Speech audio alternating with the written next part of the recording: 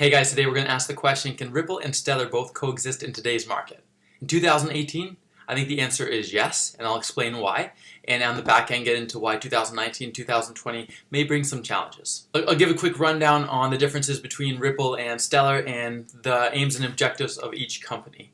So Ripple as an entity is a company that's trying to create efficiencies in current traditional markets. For example, they want to help a bank send money cross borders more cost effectively. Stellar, on the other hand, is trying to focus on bringing the unbanked, the 2+ billion people in the world today that don't have a bank account, and Stellar wants to connect them to the global economy. Underneath, there are some similarities. Jed McCaleb is the co-founder of both, or was. He ended up leaving Ripple and founding Stellar, which matched his vision more for a decentralized currency. And there are a few more similarities. When I look at the settlement time for transactions from exchanging money from over here into a hand over here, that's 4 to 6 seconds for both. And one of the reasons is because initially the code for Stellar was leveraged from Ripple. The code base is not the same anymore. Stellar says, hey, we have different code now. Aside from that, they also pre-mined their currency, Stellar Lumens and Ripple's XRP, to a tune of about 100 billion each.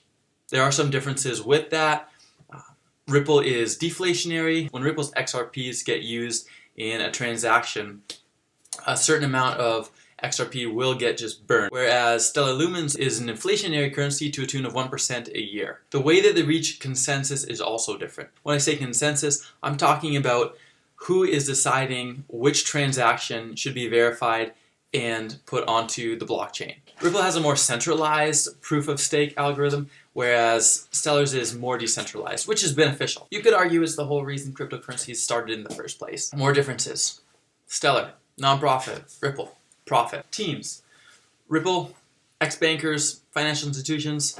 Stellar, think startup Silicon Valley. And where I want to end on is their target markets. Ripple is focused on financial institutions, and Stellar is looking at creative destruction, wants to circumnavigate the banks, financial institutions, and connect the unbanked. In the end, Stellar and Ripple are both looking at ways to have money transfer hands more effectively. The ways they're going about that are different. In 2018, it's not a zero-sum game.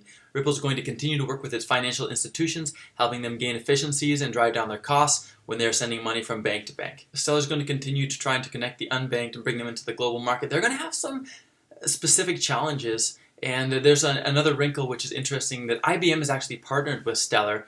I'll get into that in another video and talk a little bit about the challenges that Stellar has to overcome, critical mass, etc., things like that, to actually gain market prominence and be utilized as an efficient cryptocurrency. 2019, 2020 and beyond, this is where it gets interesting, because banks want to service people as long as they can do it profitably. If Ripple can help them drive down costs, technically they should be able to service more people profitably, which could potentially eat into Stellar's market share.